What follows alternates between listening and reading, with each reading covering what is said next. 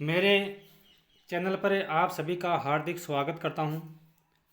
पिछली क्लास के अंतर्गत हमने कक्षा 6 की पाठ्य पुस्तक हमारा राजस्थान से संबंधित जितने भी महत्वपूर्ण प्रश्न थे उन सारे प्रश्नों का हमने अध्ययन कर लिया था।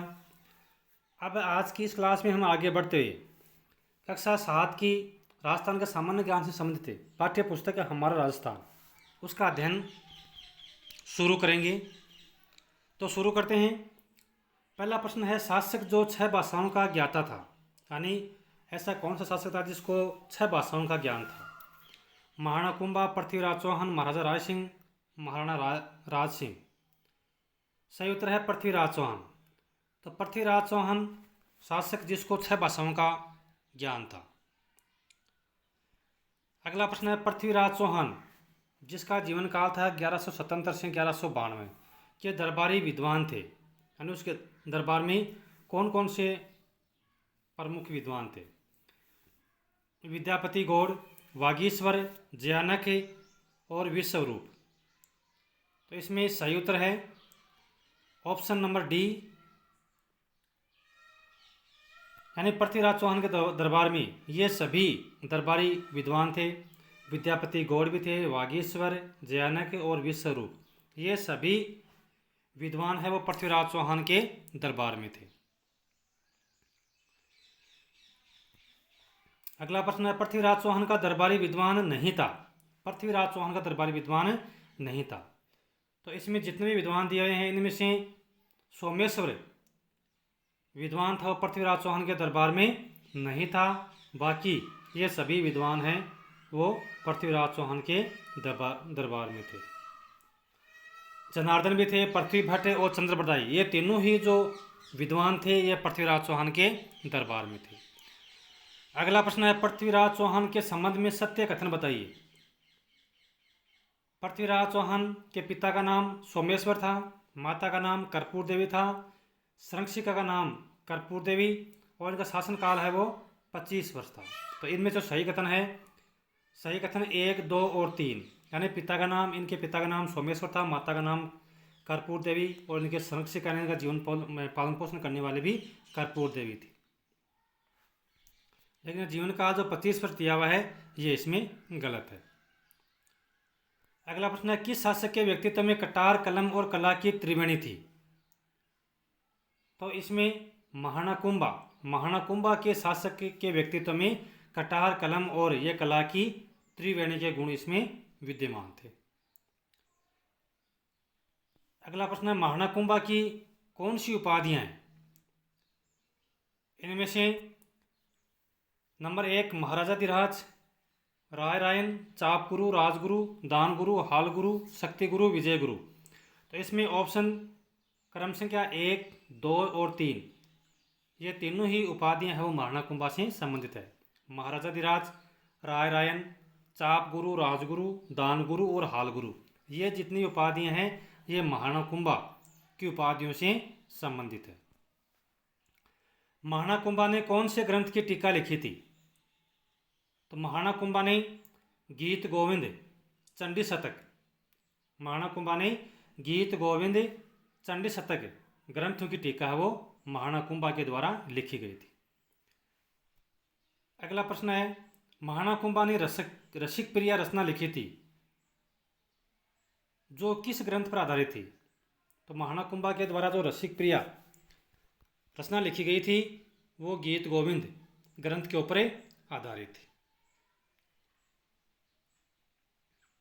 अगला प्रश्न है, प्रश्न नंबर 94, कौन से ग्रंथ महाराणा कुंभा द्वारा लिखित है? संगीत राज, संगीत मीमांसा, सूर प्रबंध, रसिक प्रिया। तो इसमें चारों ही ऑप्शन में जो ग्रंथ दिए गए हैं वो महाराणा कुंभा के द्वारा लिखे गए हैं। संगीत राज, संगीत मीमांसा, सूर प्रबंध और रसिक प्रिया, ये सारे महाराणा कुंभा के द्वारा ही लिखे गए। अगला प्रश्न है, किस शासक का काल सांस्कृतिक दृष्टि से मेवाड़ के इतिहास का स्वर्ण युग कहलाता है? किस शासक का काल सांस्कृतिक दृष्टि से मेवाड़ के इतिहास का स्वर्ण युग कहलाता है?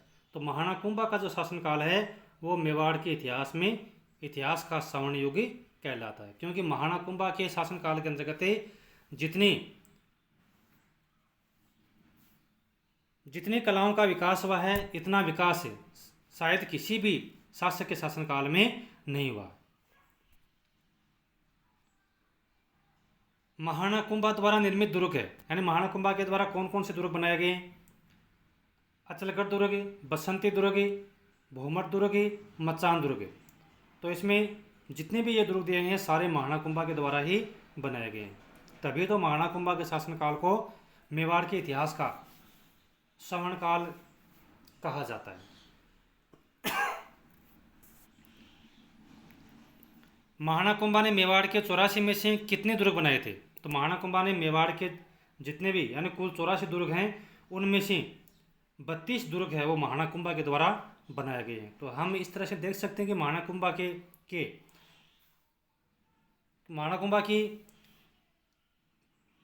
कलाओं के अंतर्गत कितनी उनकी रुचि थी, यानी इस उदाहरण के माध्यम से हम जान सकते हैं। तो महाराणा कुंभा ने मेवाड़ के 84 में से कुल 32 दुर्ग है वो महाराणा कुंभा के द्वारा बनाए गए थे। महाराणा कुंभा की राजनीतिक उपलब्धियों में शामिल है बूंदी विजय, गागरोन विजय, सिरोही विजय, अज विजय। तो इसमें अज विजय को छोड़ करके जितने भी विजय हैं वो महाराणा कुंभा की राजनीतिक उपलब्धियों में शामिल है। बूंदी विजय महाराणा कुंभा की देन है, सिरोही विजय और गागरोन विजय। अगला प्रश्न है महाराणा सांगा जिसका जीवन काल 1509 से 1528 तक रहा है, यानी महाराणा सांगा का जन्म 1509 में हुआ था और इनकी मृत्यु है 1528 में हुई थी। तो महाराणा सांगा के संबंध में कौन सा कथन है वो सत्य है? महाराणा सांगा रायमल के पुत्र थे, पहली बात। दूसरी है इनके शासनकाल में मेवाड़ अपनी शक्ति के चरमोत्कर्ष पर था। तीसरा कथन है सभी राजपूत राज्यों को संगठित करके एक छत्र के नीचे लाए थे। और चौथा है दिल्ली, गुजरात, मालवा के आक्रमणों से राज्य की रक्षा की थी। यानी इनमें से कौन सा जो कथन है वो सही है? तो इसके अंतर्गत चारों ही कथन है वो सही है। यानी महाराणा सांगा है वो राणा रायमल के पुत्र थे। मेवाड़ की जो शक्ति है इनके शासनकाल में चरमोत्कर्ष पर थी। सभी राजपूत राज्यों को उन्होंने संगठित करने का प्रयास किया। दिल्ली, गुजरात और मालवा के आक्रमणों से उन्होंने राज्य की रक्षा की थी।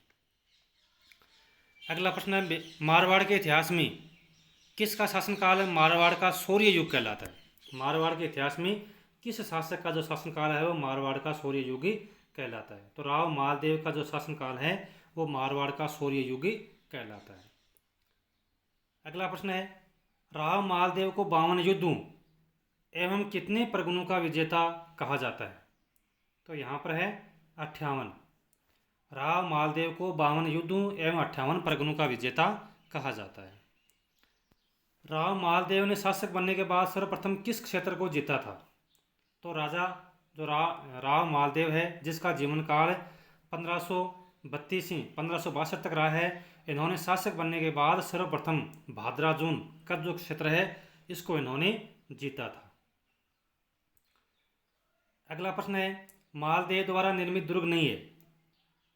तो मालदेव के द्वारा मचान दुर्ग है वो नहीं बनाया गया था। बाकी जो सारे दुर्ग हैं वो मालदेव के द्वारा इसमें बनाए गए हैं, निर्मित हैं। सोजत का दुर्ग मालदेव ने बनाया है, मालकोट का दुर्ग मालदेव ने बनाया है, पोखरण दुर्ग है वो मालदेव ने बनाया है। तो तीनों ही ये जो दुर्ग हैं सोजत, पोखरण और मालकोट ये तीनों ही मालदेव के द्वारा बनाए गए।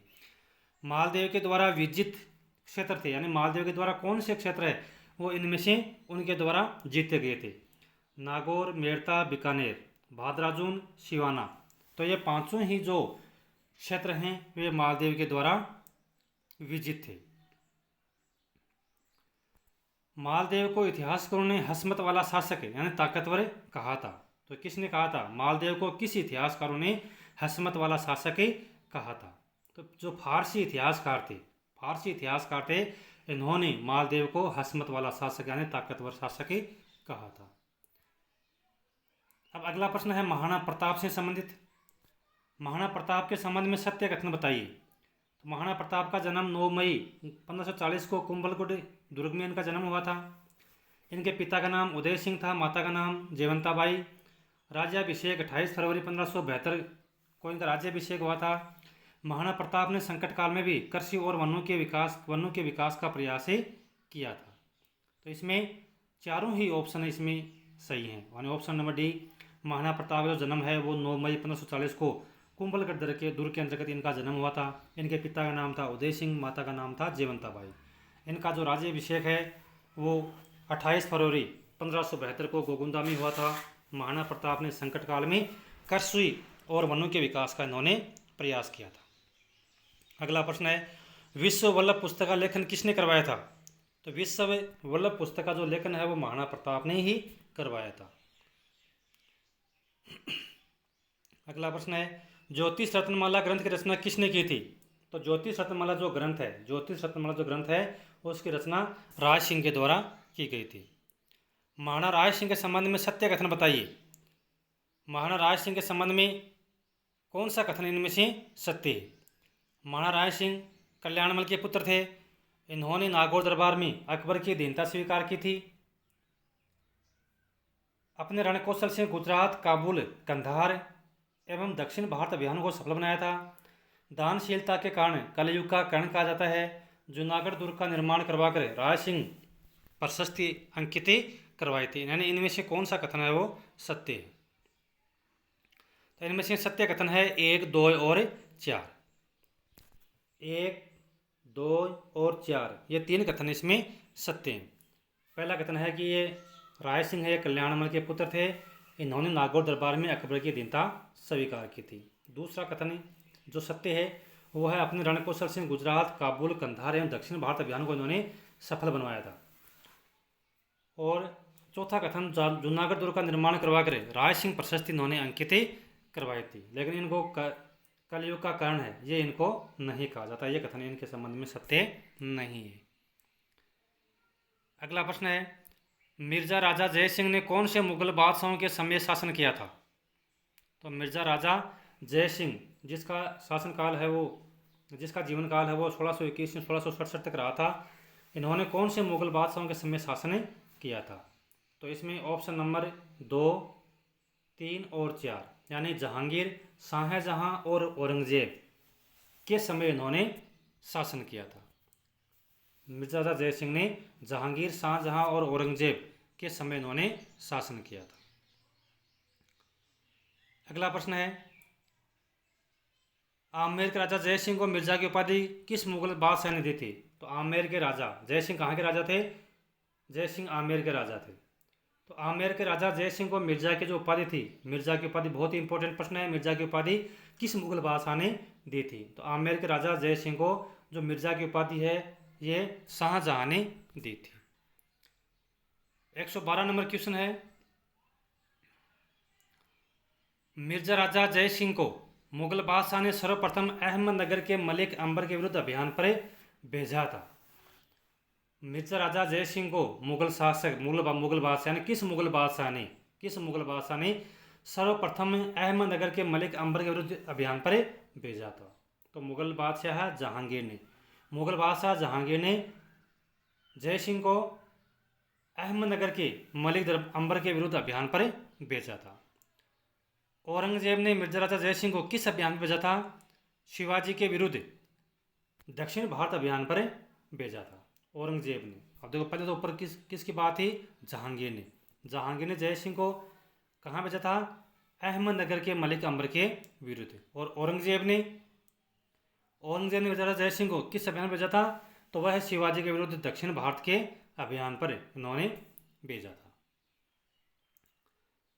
अगला प्रश्न है, मिर्जा राजा जय सिंह के राजकवि बिहारी ने किस ईस्वी में बिहारी सतसई की रचना की थी? मिर्जा राजा जय सिंह के राजकवि बिहारी ने। तो पहली बात तो यह है, बिहारी सतसई की रचना किसने की थी? बिहारी सतसई की रचना की थी बिहारी ने। बिहारी सतसई की रचना की थी कवि बिहारी ने। और ये किसके राजकवि थे?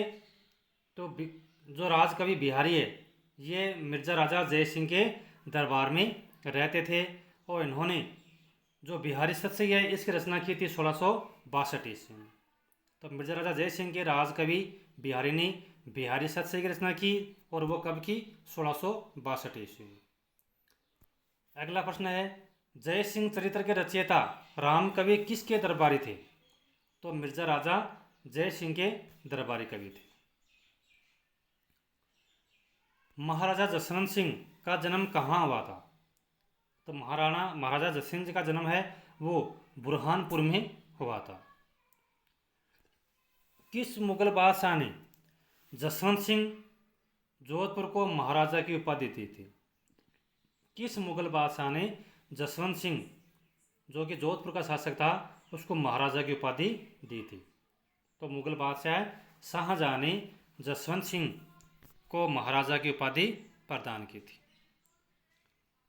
अगला प्रश्न है, मुगल उत्तराधिकारी युद्ध में आमेर के शासक जय सिंह के कहने पर दोराई के युद्ध में जसवंत सिंह ने किसका साथ दिया था? तो उन्होंने औरंगजेब का साथ दिया था। मुगल उत्तराधिकारी युद्ध में आमेर के शासक जय सिंह के कहने पर जो दोराई का युद्ध हुआ था उसमें जसवंत सिंह ने औरंगजेब का साथ दिया था।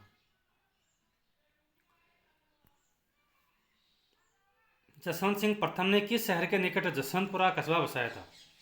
तो औरंगाबाद के निकट जसवंत सिंह प्रथम ने औरंगाबाद शहर के निकट जसवंतपुरा कस्बा बसाया था। महाराजा जसवंत सिंह द्वारा लिखित ग्रंथ नहीं है, कौन सा नहीं है? राजबोध नहीं है। तो महाराजा जसवंत सिंह के द्वारा जो लिखित ग्रंथ है वो कौन कौन से हैं? आनंद प्रकाश है, सिद्धांत बोध है, भाषा भूषण है। ये तीनों ग्रंथ है वो महाराजा जसवंत सिंह के द्वारा ही लिखे गए हैं। प्रबोध चंद्रोदय ग्रंथ की रचना किसने की थी? तो जसवंत सिंह प्रथम ने प्रबोध चंद्रोदय ग्रंथ की रचना की थी। मुगल उत्तराधिकार संघर्ष में औरंगजेब का साथ देने वाले शासक थे, कौन थे? इसमें ऑप्शन नंबर 1, 2 और 3। मुगल उत्तराधिकार संघर्ष में औरंगजेब का साथ देने वाले जो शासक थे वो थे राज सिंह, जय सिंह और जसवंत सिंह प्रथम। इन तीनों शासकों ने औरंगजेब का साथ दिया था मुगल उत्तराधिकार के संघर्ष में, जबकि सूरजमल ने इनका साथ नहीं दिया था।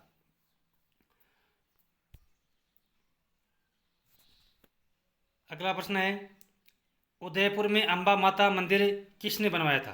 तो उदयपुर में अंबा माता मंदिर है वो महाराणा जय सिंह ने राज सिंह ने बनवाया था। उदयपुर में जो अंबा माता का मंदिर है ये महाराणा राज सिंह ने बनवाया था। राजसमंद की उत्तरी पाल नौचक्की पर 25 शिलाओं रणछोड़ भट्ट द्वारा अंकित राज प्रशस्ति की भाषा है, कौन सी भाषा है? संस्कृत भाषा है। राजसमंद के जो उत्तरी पाल नौचक्की जिसको बोलते हैं उस पर 25 शिलाओं रणछोड़ भट्ट द्वारा अंकित जो राज प्रशस्ति है लिखा गया है उसकी जो भाषा है वो कौन सी है? उसकी भाषा है वो संस्कृत है। 125 नंबर प्रश्न है, नाथद्वारा का प्राचीन नाम है, नाथद्वारा का प्राचीन नाम है सिंहाड़। नाथद्वारा का जो प्राचीन नाम है वो क्या है? उसका नाम है सिंहाड़। तो आज की इस क्लास में बस इतना ही। कक्षा 7 की पाठ्य पुस्तक से संबंधित बाकी के जो प्रश्न है वो हम अगली क्लास के अंतर्गत अध्ययन करेंगे।